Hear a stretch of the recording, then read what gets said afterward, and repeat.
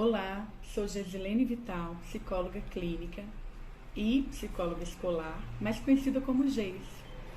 Durante as minhas práticas de trabalho, eu venho me deparando bastante com queixas das mais variadas faixas etárias, São sofrimentos emocionais advindos da infância, E achei muito pertinente fazer um vídeo. O meu objetivo aqui é com que esse vídeo chegue ao maior número de pessoas possíveis para que a gente possa reduzir esses traumas na infância. Esses traumas são provocados ali no contexto familiar, que é o primeiro contexto de vivência, o que são as necessidades emocionais básicas, Ela se inicia da mais tenra infância, desde o nascimento. São frutos do cérebro primitivo, ou seja, tem aí uma função de sobrevivência. Nós sabemos que é uma condição universal do ser humano. Então, mais do que é justo a gente tentar entender um pouco sobre isso, para que a gente tenha condutas, comportamentos mais assertivos para com os filhos, e causar menor trauma possível. As necessidades básicas, elas precisam ser atendidas, porque tanto na infância quanto na adolescência, ainda o ser humano adulto, ele é uma referência. É ele que transcreve, as vivências do mundo para essa pessoinha que está crescendo. E se a gente atender as necessidades emocionais básicas, pelo menos a grande maioria, porque eu acho que ninguém é perfeito, gente? Nós vamos estar contribuindo para o funcionamento psíquico saudável. Conheço pessoas que carregam questões há mais de 30 anos, sofrimento emocional, por causa de um vazio desse não preenchido, uma necessidade dessa. E a pessoa que não é suprida, ela passa a vida toda tentando preencher esse vazio. O que seria um funcionamento saudável? Uma maneira de que a pessoa vê o mundo, a maneira de pensar, a maneira de sentir, de agir, a maneira com que eu enxergo o mundo, com que eu me enxergo e com que eu enxergo o outro. Então, isso é muito importante, você já percebeu, Logo, logo vou falar sobre as 5 necessidades emocionais básicas. Vamos lá? Primeiro, a necessidade emocional, ela vai variar de menor ou maior grau, porque vai depender do temperamento da criança. Se a criança é mais agitada, se a criança é ansiosa, se a criança é muito pacata, se ela tem uma labilidade, aquela variação de humor, Então isso vai depender. Por isso que a criança vai exigir um pouquinho mais de uma necessidade emocional do que de outra também. Vai variar de indivíduo para indivíduo. Então olha a nossa responsabilidade como um adulto, cuidador. Que seja pais, avós, tios, Essa questão do nascimento, ela já começa com uma tendência de vínculo, Pela minha necessidade, tanto fisiológica quanto emocional, eu preciso ter alguém ali modulando, me descrevendo e me ensinando. Até aí tudo bem, não é uma questão de novidade para vocês. Mas saber que o apego é para suprir as necessidades de segurança, suprir as necessidades de proteção e sobrevivência, aí a questão fica mais séria, E a forma como que o adulto lida com isso, como que o pai lida com a criança, é que vai determinar como que essa criança vai lidar com a vida. Então, quais são as 5 necessidades emocionais básicas do ser humano na infância, que perpassa aí pela adolescência até a fase adulta? A primeira é a necessidade de vínculo seguro, que tem tudo a ver com uma base de proteção, A sensação, a necessidade que ele tem de sentir seguro, protegido, aceito, que tenha um sentimento de estabilidade, Que aquela família não oscila muito, que eu sei aonde que eu posso explorar o mundo e voltar se eu me sentir seguro. Sabe aquele olhar de eu estou te vendo, pode ir, A gente está aqui, aquele olhar de eu quero te entender, Eu quero ver quais são suas necessidades. É essa. E a dificuldade que tem alguns pais que, mesmo que não seja uma situação planejada, né? Como um divórcio, por exemplo, passa uma insegurança, porque a própria situação provoca uma insegurança. Mas se o pai souber lidar com aquilo, os pais, né? Mesmo em situação de divórcio, de separação, falar para a criança: você é muito amada, nunca duvide disso, nós vamos superar juntos, eu vou estar sempre com você, apesar de não estar todo dia, no caso dos pais, né, ou vice-versa. Isso passa uma base segura, mesmo diante de um desafio tão grande, né?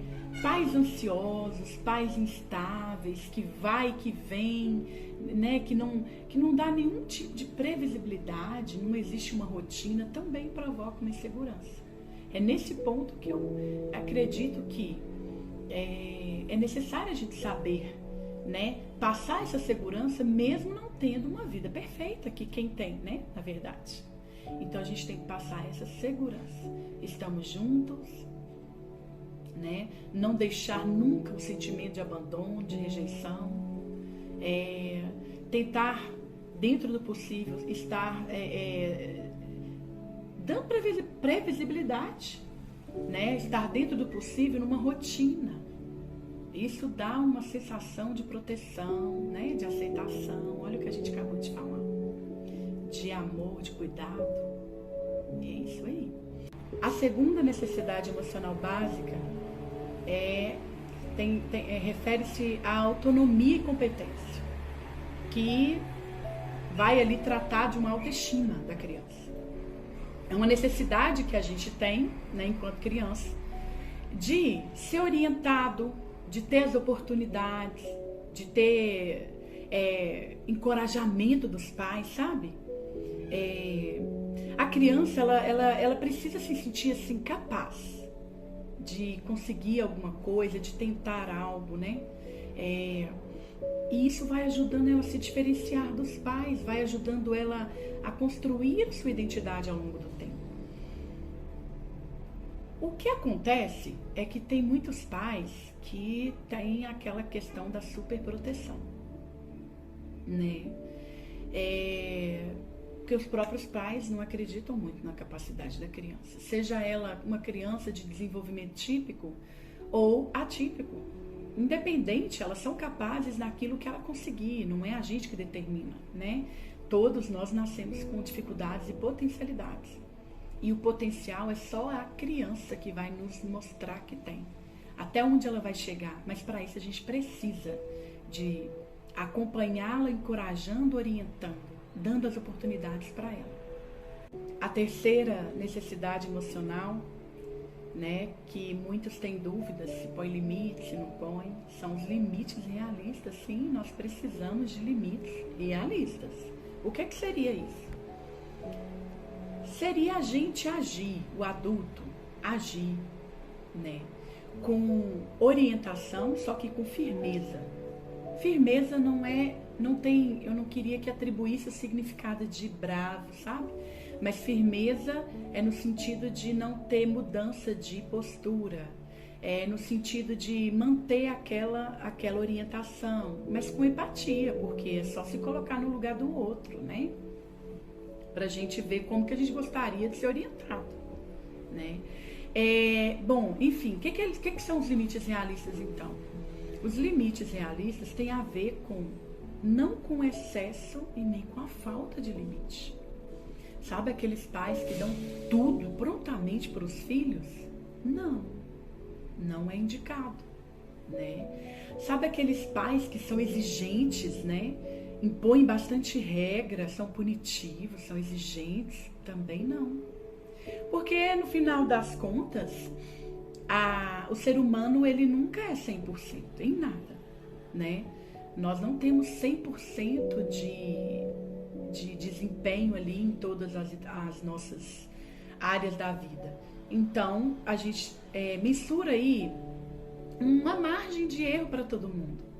Então, um exemplo que eu vou dar para vocês, geralmente, é assim. O pai que é muito exigente, o aluno chega e fala assim para o pai: pai, tirei 10.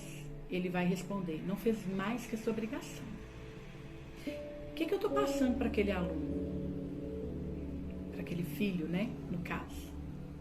É que todos os meus esforços vão ser insuficientes para ganhar o amor e a aprovação dessa pessoa, desse pai ou dessa mãe.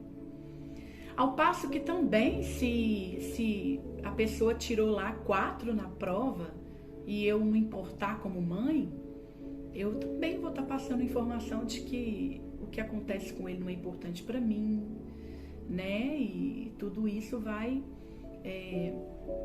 trazer aí consequências negativas, né?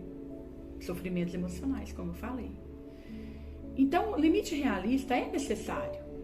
Exemplo, evitar comparações entre irmãos. Cada um é cada um. Agora, a comparação com dele com ele mesmo é importante. Filho, o que está acontecendo que você não tirou 4?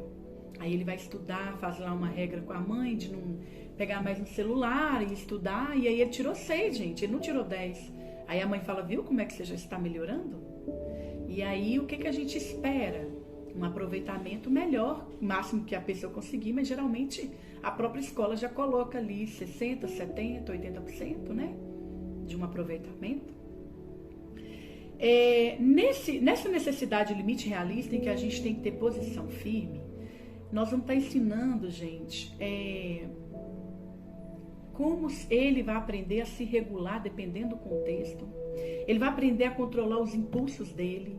Ele vai abrir mão de uma recompensa imediata para conseguir algo maior ali no futuro, né? Ele vai aprender a esperar, ele vai aprender a respeitar o limite do outro também, a respeitar os direitos das outras pessoas. Então, limite sim, realista, né? Aquele que tem um equilíbrio. A 4ª emoção básica necessária é a emoção da validação das emoções. Nossa, gente, isso é muito, muito sério.